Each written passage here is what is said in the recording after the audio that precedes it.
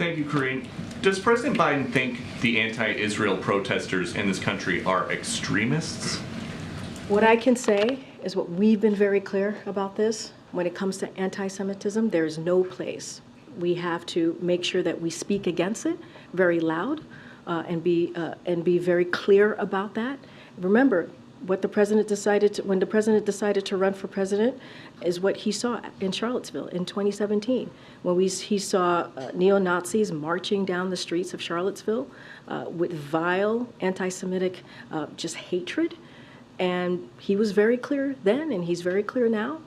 He's taken actions against this over the past 2 years, and he's continued to be clear. There is no place for this type of vile and despite this kind of rhetoric. And we hear you guys, though, talk about extremists all the time. It is usually about MAGA extremists. So what about these protesters who are making Jewish students feel unsafe on college campuses? Are they extremists? I've been very, very clear. We are calling out any form of hate.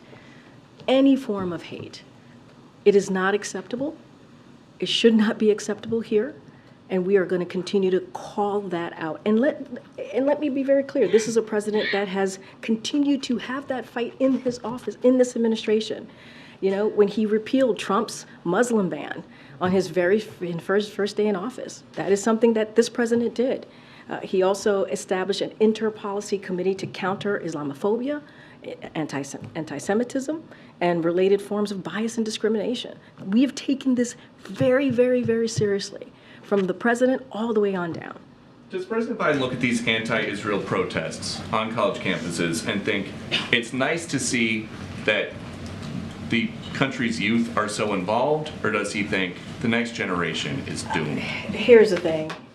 There's no place for hate in America. No. I'm telling you, there's no place for hate in America, and we condemn any anti-Semitic threat or incident in the strongest terms. And you heard me say at the top, I gave a message to students who are feeling under threat right now, right?